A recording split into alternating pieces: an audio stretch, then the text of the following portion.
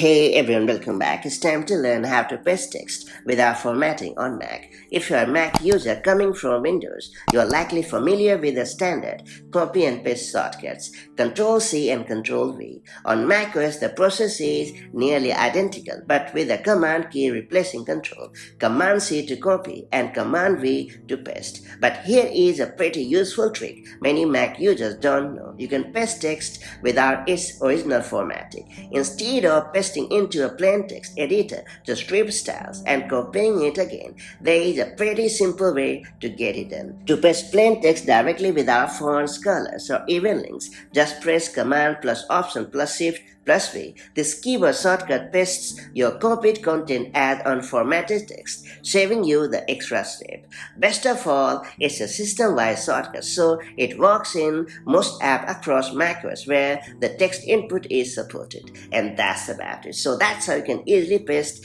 text without formatting on your Mac. Now that you have unlocked this super handy feature, make the most of it as and when the need arrives. And I'll catch you up in the next one with more such handy macOS tips and tricks. Take care. Bye-bye.